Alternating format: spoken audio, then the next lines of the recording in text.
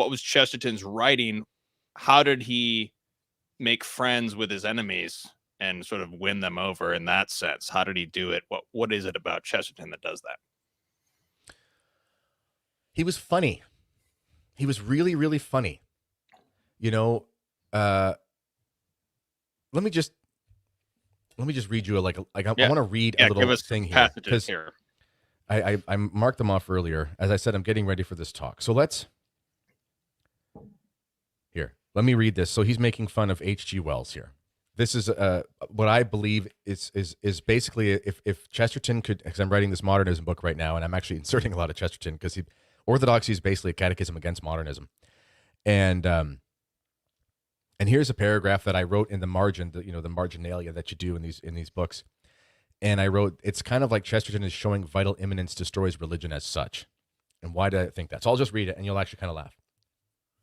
So he says, akin to these is the false theory of progress, which maintains that we alter the test instead of trying to pass the test. We often hear it said, for instance, what is right in one age is wrong in another.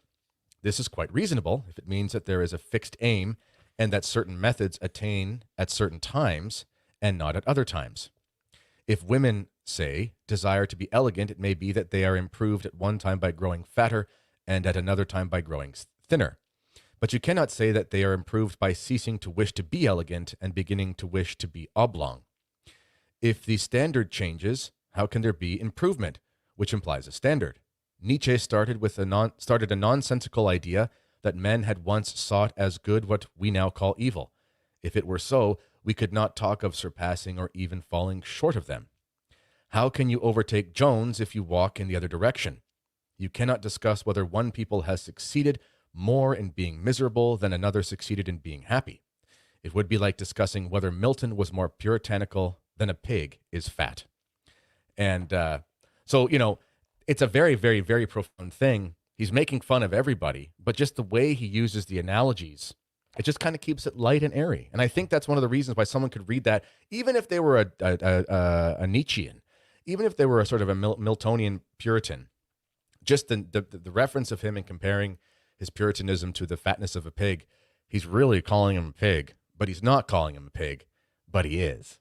But it's okay, and everyone gets it, and it just works. He was a master at that. So the moral of the story is make jokes about your enemies. Make them laugh. Make them laugh at themselves. That'll allow them to laugh at their own ideas. If you can't, this is the thing too, it's not worth